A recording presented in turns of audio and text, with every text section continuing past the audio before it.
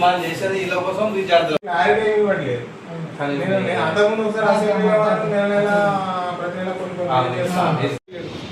ఏది లేకపోయినా ఏదైతే ఈనాటి కార్యక్రమానికి విచ్చేసినటువంటి భారతీయ జనతా పార్టీ నాయకులకు కార్యకర్తలకు అదేవిధంగా యువమోర్చా నాయకులకు కార్యకర్తలకు అందరికీ హృదయపూర్వక నమస్కారాలు.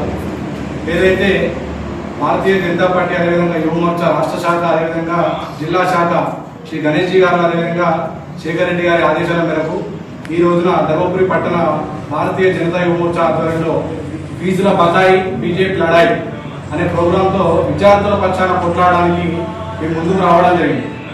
గత 5 ఏళ్ల పాలనలో గత 2020 సంవత్సరం నుండి 2026 ఈ రోజు వరకు ఆనాటి బీఆర్ఎస్ ప్రభుత్వం కానీ ఈనాడు గద్దెనెక్కిన కాంగ్రెస్ ప్రభుత్వం కానీ గత 5 ఏళ్లుగా సుమారుగా ఈ క్లాసులో ఉన్నటువంటి మీతో పాటు 40 లక్షల మంది విద్యార్థులకు 15,000 కోట్ల రూపాయల బకాయిలు ఆనాడు అధికారంలోకి రాకముందు ఏదైతే అధికారంలోకి వచ్చిన తర్వాత వెంటనే ఫీజు రీయింబర్స్మెంట్ చెల్లిస్తామని విద్యార్థుల ఓట్లు కొల్లగొట్టి ఈనాడు గద్దెనెక్కిన తర్వాత ముఖ్యమంత్రి ఒక విద్యాశాఖ మంత్రి హోదాలో ఉండి కూడా ఇంజనీరింగ్ విద్యార్థులను కించపడడం జరుగుతుంది.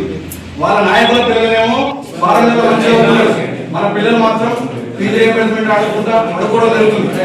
ఏదైతే ఒక ఎస్సీ కానీ బీసీ కానీ ఎస్టీ విద్యార్థి కానీ ఇంజనీరింగ్ కాలేజీలో ఎక్కడో అడ్మిషన్ వస్తే గిట్ట వాళ్ళ అడ్మిషన్ కోసం వాళ్ళ తల్లిదండ్రులు ఇక్కడ అప్పు తెచ్చి అడ్మిషన్ ఇచ్చినాక ఫైనల్ అయిపోయి కానీ మెమోలు కానీ ఇవ్వకపోవడంతో వాళ్ళ విద్యార్థుల తల్లిదండ్రులు ఆందోళనకు గురవుతున్నారు.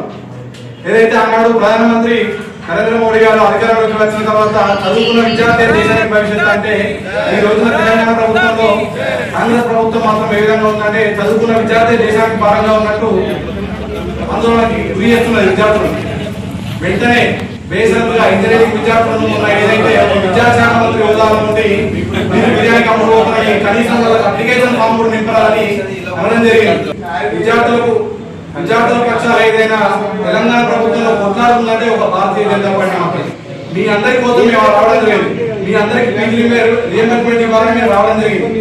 మీ అందరికి మద్దతుగా మేము నిలుస్తున్నాం కాబట్టి మీరందరూ ఒకసారి మీ మొబైల్ నుంచి స్కాన్ చేసి వెంటనే అదేవిధంగా ఈ నెంబర్ ఇచ్చాలి. మీ నెంబర్ కానీ మీ మొబైల్ నెంబర్ కానీ మీ పేరు కానీ డీటెయిల్స్ చేసి ఎంటర్ చేసి ఎన్ని సంవత్సరాల నుంచి మీరు ఫీజు రీయింబర్స్మెంట్ బకాయిల్లో ఒకసారి తెలియజేయడం. అదేవిధంగా 15,000 కోట్ల రూపాయలు వెంటనే విడుదల చేయాలి. అదేవిధంగా విద్యార్థులకు ఇంజనీరింగ్ విద్యార్థులకు వెంటనే రేవంత్ రెడ్డి దేశవ్యాప్తంగా క్షమాపణ చెప్పాలి. భారత్ మాతాకి జై. భారతీయ జనతా పార్టీ ఆధ్వర్యంలో నిర్వహిస్తున్నటువంటి ఫీజుల బకాయి బీజేపీ లడాయి కార్యక్రమంలో ఇక్కడ మనం శ్రీచంద్ర కాలేజీలో నిర్వహించుకున్నాం. ఈరోజు ఇక్కడికి వచ్చినటువంటి బీజేపీ పట్టణ అధ్యక్షులు రాజ భాస్కర్ గారికి, అదేవిధంగా జిల్లా ప్రధాన కార్యదర్శి బెజ్జార ఫ్లవర్ గారికి, మిగతా కార్యకర్తలకు నాయకులకు, అలాగే శ్రీచైతన్య ప్రిన్సిపల్ మన లింగమూర్తి సార్ గారికి, వేదిక ముందున్నటువంటి విద్యార్థులందరికీ నమస్కారం. తెలంగాణ రాష్ట్రంలో దాదాపుగా 5 ఏళ్ల నుంచి ఫీజు రీయింబర్స్మెంట్ అనేది ఇప్పటివరకు ఎవరు రిలీజ్ చేయలేదు. గత ప్రభుత్వం ఉన్న టీఆర్ఎస్ టైంలో కూడా రాలేదు, ఇప్పుడు కాంగ్రెస్ టైంలో కూడా రావట్లేదు. దీనివల్ల దాదాపు 40 లక్షల మంది విద్యార్థులకు చదువుకోవడానికి ఇబ్బంది అయ్యాలంటే చదువు దూరమయ్యే పరిస్థితి ఉన్నది. మన తెలంగాణ గవర్నమెంట్ అంటే జనాలకు అంటే వాళ్ళకు ఉచిత పథకాల గురించి తప్ప విద్యార్థుల పట్ల అసలు అంకితభావం లేదు, నిర్బద్ధత లేదు. ఇప్పుడు దాదాపు మొన్న కూడా రేవంత్ రెడ్డి గారు విద్యార్థులను ఉద్దేశించి మాట్లాడుతూ విద్యార్థులు రౌడీలు అడ్డ మీద కూలీలు అన్నట్టు మాట్లాడారు.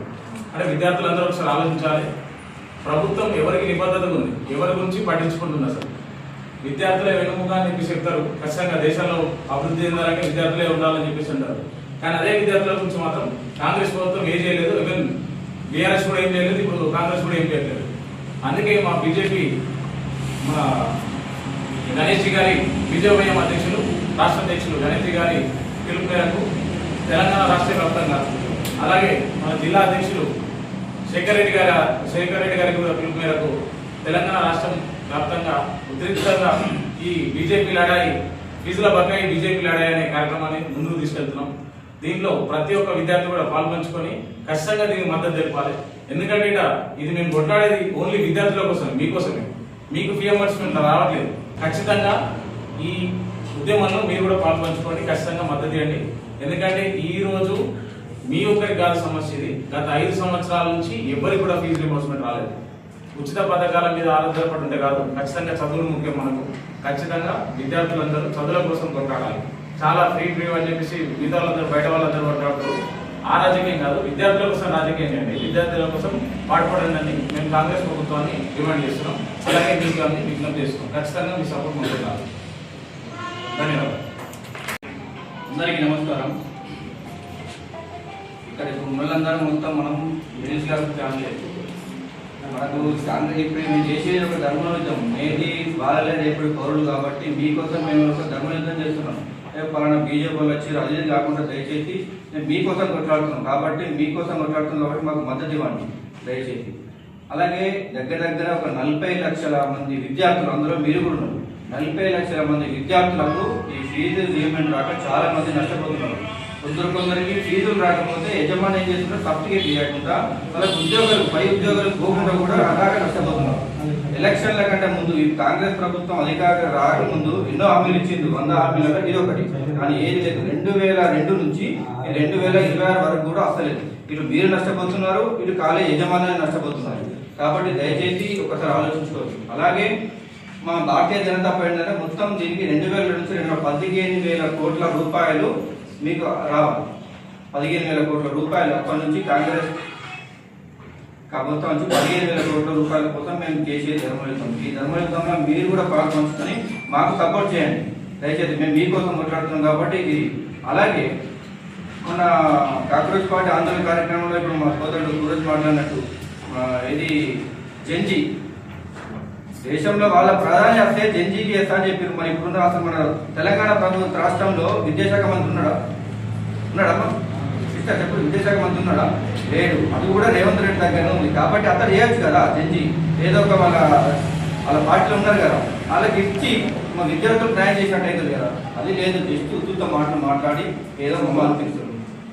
దయచేసి ఒకసారి ఆలోచించుకోవాలి. అలాగే ఉన్న మీటింగ్లో విద్యార్థులను కూడా బీరు తాగి చికెన్ బీరు తిని అరగక మా కాంగ్రెస్ ప్రభుత్వం మీద దాడి దిగుతున్నారు, ఆందోళన చేస్తారని చెప్పిన చాలా తప్పు. తాగి తినే పోతారా? వాళ్ళకి ఒక విద్యార్థికి ఎంత బాధ అయితే వస్తాడు.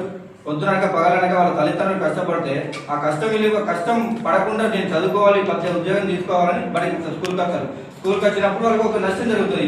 నష్టం జరిగినప్పుడు ఇప్పుడు మీకు క్లాస్ దగ్గర చెప్పకుండా మీరు అడుగుతారా కదా, సార్ మాకు ఈ క్లాస్ ఎందుకు చెప్తారు? అదేవిధంగా ఒక విద్యార్థికి నష్టం జరిగితే మాత్రమే ఉన్న అధికార పార్టీని మాత్రమే ప్రశ్నిస్తాడు.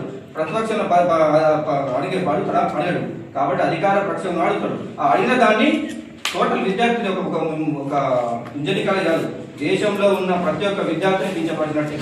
దయచేసి ఒక ఆలోచించే పార్టీల కోసం కాదు, మేము మీకోసం మాట్లాడుతున్నాం. మా సోదరుడు అన్నప్పుడు దీని తర్వాత ఇక్కడ ఒక స్కానర్ ఏంటంటే మీరు ఇందులో మద్దతు తెలిపినట్టు ఒక స్కానర్ చేస్తే మీ యొక్క మద్దతు తెలిపినట్టు ఉంటుంది. సో కాబట్టి మీ అందరికీ దయచేసి మీ అందరికీ పేరున ఇందులో మద్దతు తెలపాలని కోరుకుంటున్నాం. భారత్ మాతాకి జై.